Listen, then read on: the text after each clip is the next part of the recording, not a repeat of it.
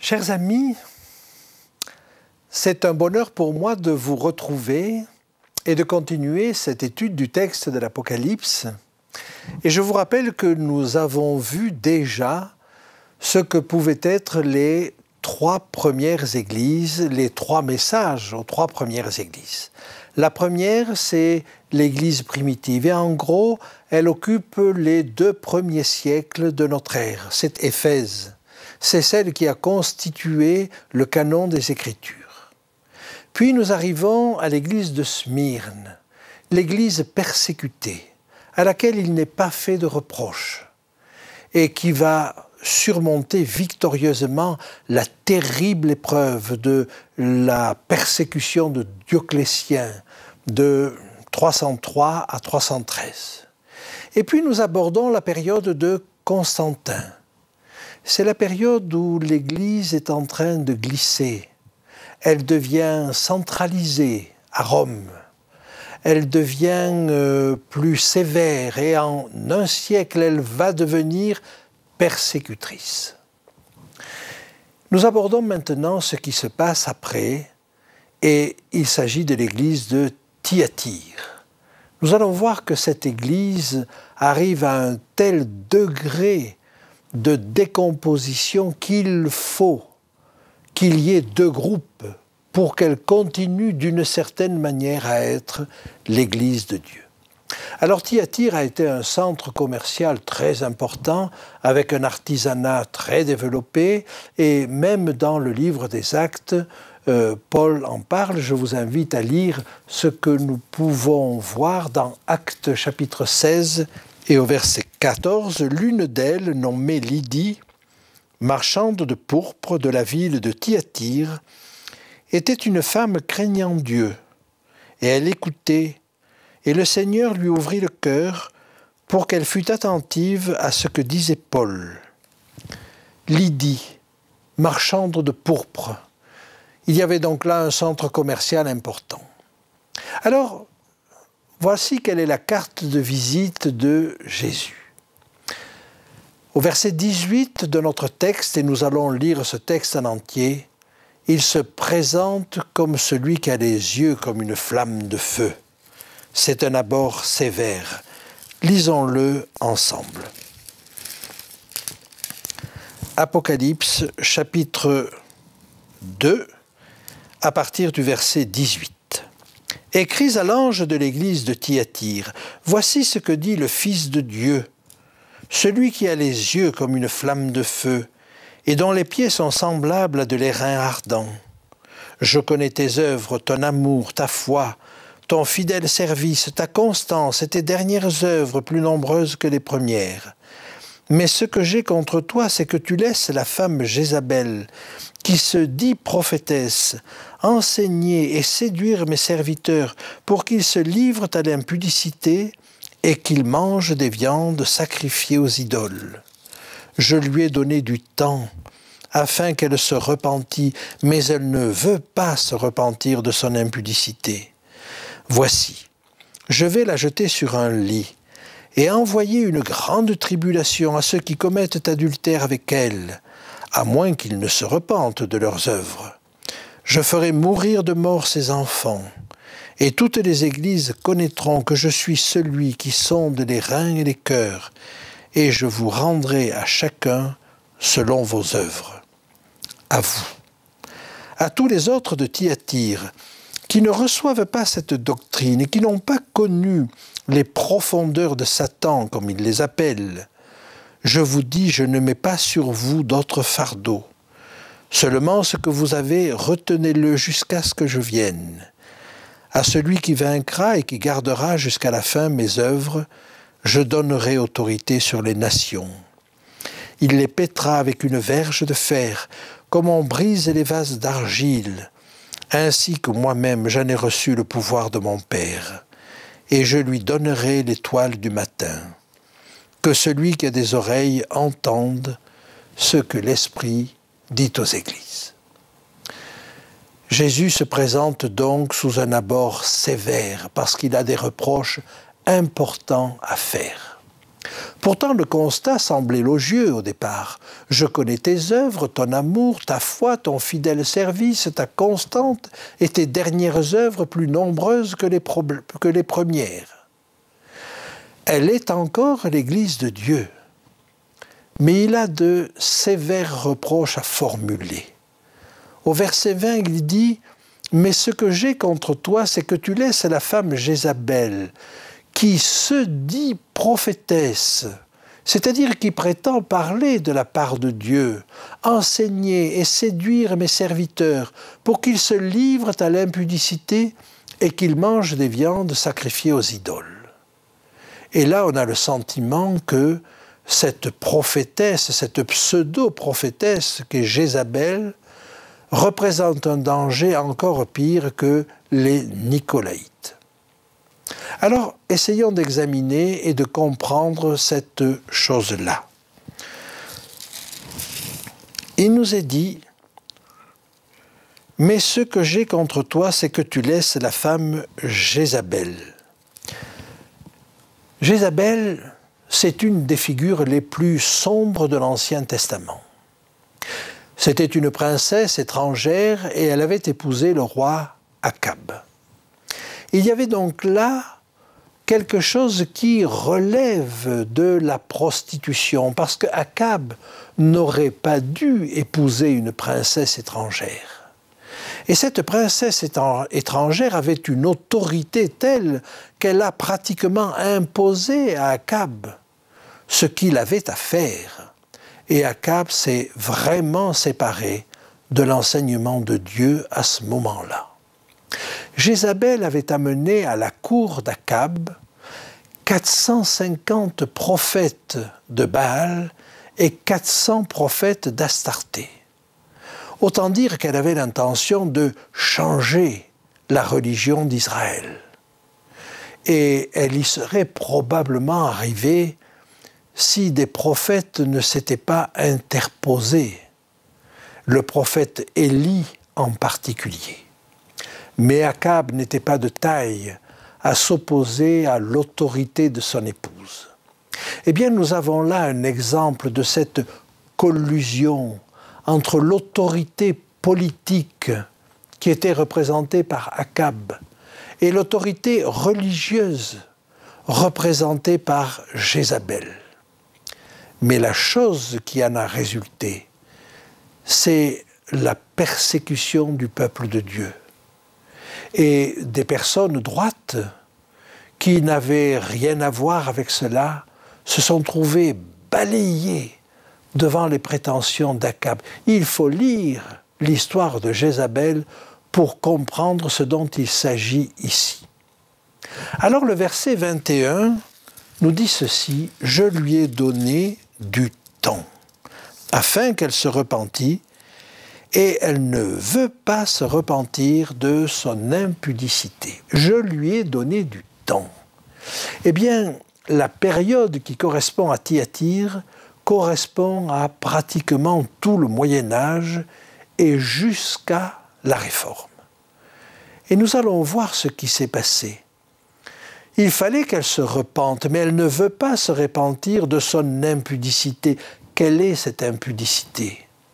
Une fois de plus, c'est la collusion du politique et du religieux. J'aimerais lire avec vous un texte qui se trouve un peu plus loin dans Apocalypse, où une autre femme, Babylone, va subir les mêmes reproches, Apocalypse au chapitre 18 et au verset 3. « Parce que toutes les nations ont bu du vin de la fureur de son impudicité, et que les rois de la terre se sont livrés avec elle à l'impudicité, et que les marchands de la terre se sont enrichis par la puissance de son luxe. À Babylone aussi, il est fait de reproche de rechercher l'appui ou de rechercher la compagnie des rois de la terre. » Pour une église, pour une autorité religieuse, rechercher des appuis en dehors de Dieu, c'est une impudicité. Et elle peut rechercher des appuis auprès des autorités politiques. C'est une impudicité avec les rois de la terre. Et là, en l'occurrence, pour Jézabel, avec Akab.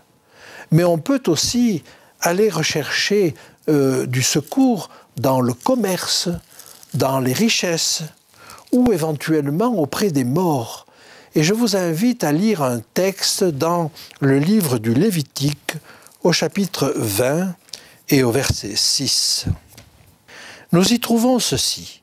« Si quelqu'un s'adresse aux morts et aux esprits pour se prostituer après eux, je tournerai ma face contre cet homme, je le retrancherai du milieu de son peuple. » Il y a donc une impudicité, un adultère pour une église à rechercher un appui auprès des morts. Or, il faut reconnaître que l'Église a multiplié les appels à la prière aux saints, ou à Marie, ou à toutes sortes de personnes qui normalement sont dans le repos.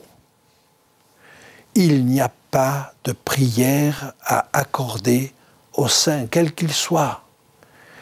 Et nous verrons à la fin du livre de l'Apocalypse que quand Jean se prosterne devant l'ange, il le relève tout de suite. Il y a une prostitution à se prosterner devant le bois ou la pierre. Il y a une prostitution à se prosterner devant quelque représentation que ce soit. Une seule personne est à adorer, c'est Dieu. Alors, n'ayant pas suivi ces instructions, eh bien Dieu va envoyer sur Thyatire une grande tribulation. Voici ce que nous dit le verset 22. Voici, je vais la jeter sur un lit et envoyer une grande tribulation à ceux qui commettent adultère avec elle, à moins qu'ils ne se repentent de leurs œuvres.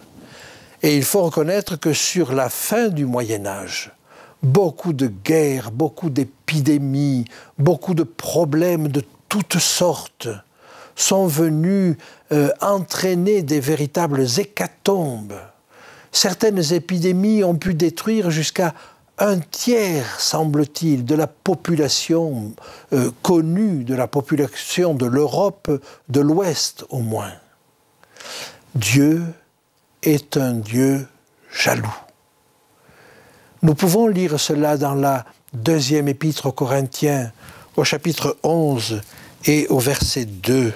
« Car je suis un Dieu jaloux de vous, d'une jalousie de Dieu, parce que je vous ai fiancé à un seul époux, pour vous présenter à Christ comme une vierge pure. » Je crois qu'il nous faut avancer et qu'il nous faut comprendre que nous n'avons pas une quelconque impudicité à avoir à rechercher des appuis en dehors des appuis de Dieu seul. Alors continuons dans ce texte et voyons ce qu'il a encore à nous dire. À vous, verset 24.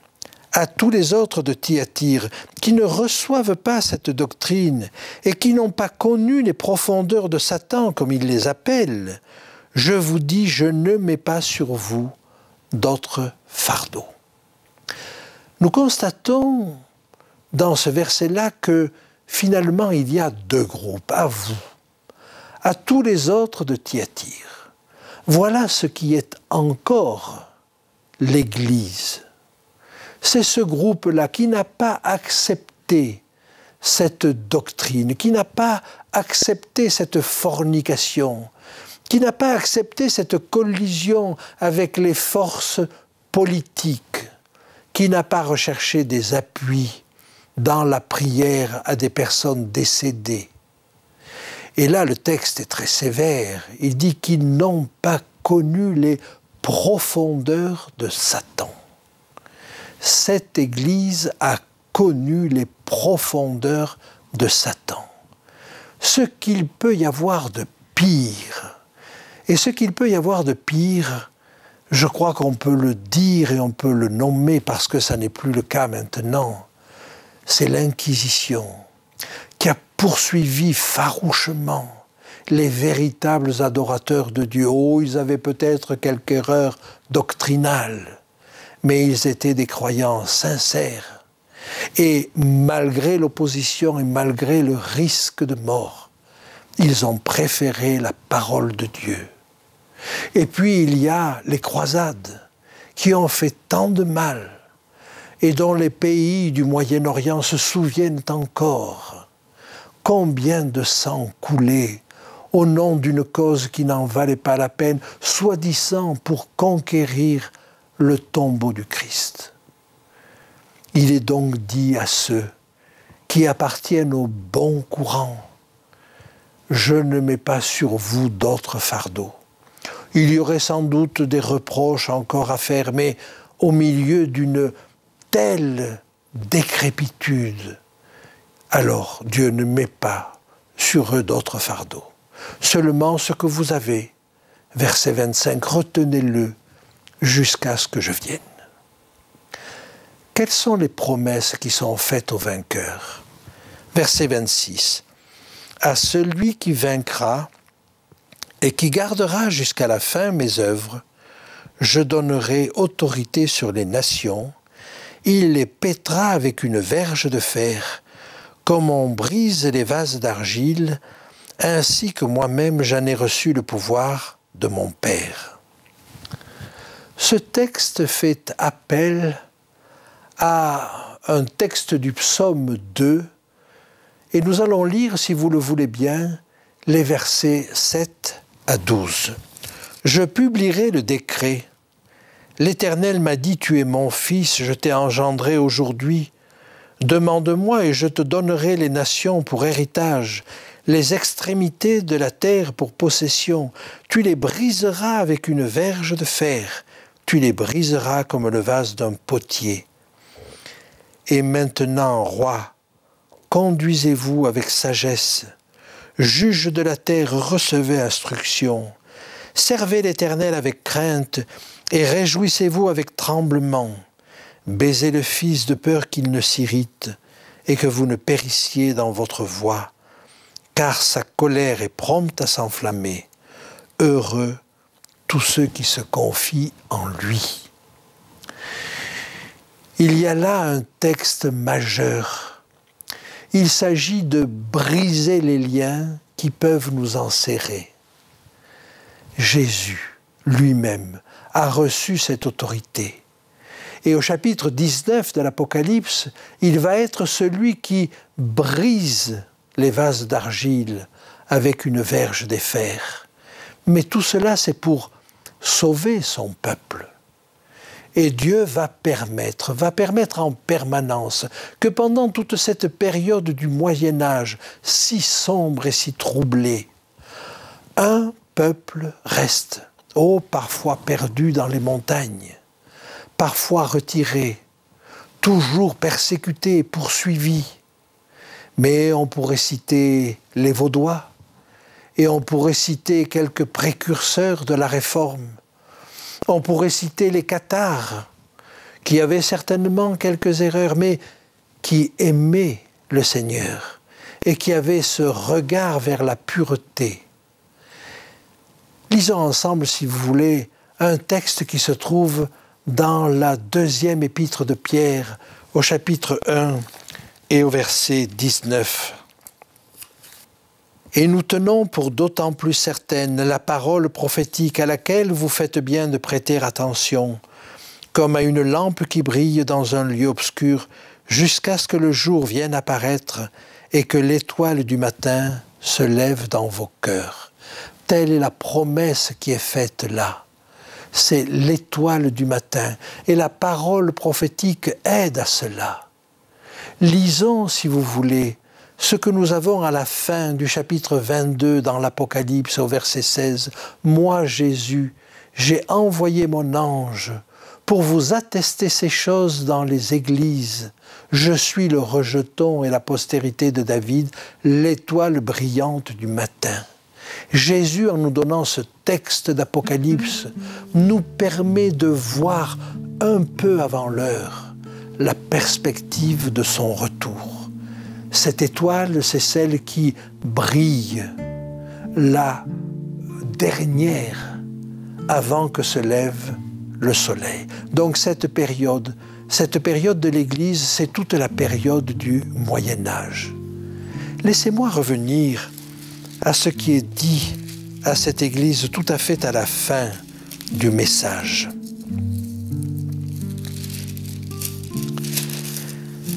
Je lui donnerai l'étoile du matin. Voilà la promesse, que celui qui a des oreilles entende ce que l'Esprit dit aux Églises. Alors j'aimerais retenir de cette période-là que quand une autorité politique, religieuse, interne, familiale, vous tient enserré, vous empêche de regarder à Jésus comme vous aimeriez le faire, alors faites éclater ce joug. Vous n'avez pas de compte à rendre. Vous êtes une personne libre devant Dieu. Vous n'avez pas à tenir compte de tous les jougs, de toutes les menottes que l'on met sur vous. Vous pouvez briser ces liens, briser ces chaînes, comme nous le dit le texte du psaume 2, spécialement dans l'adversité. Oh, il faut le faire avec prudence, avec ménagement, avec respect pour l'autorité en place, avec respect pour ceux qui nous entourent. Mais quelque autorité que ce soit, elle n'a pas à dominer sur notre conscience. Notre conscience doit être libre et elle n'a de compte à rendre qu'à Jésus, qu'à Dieu.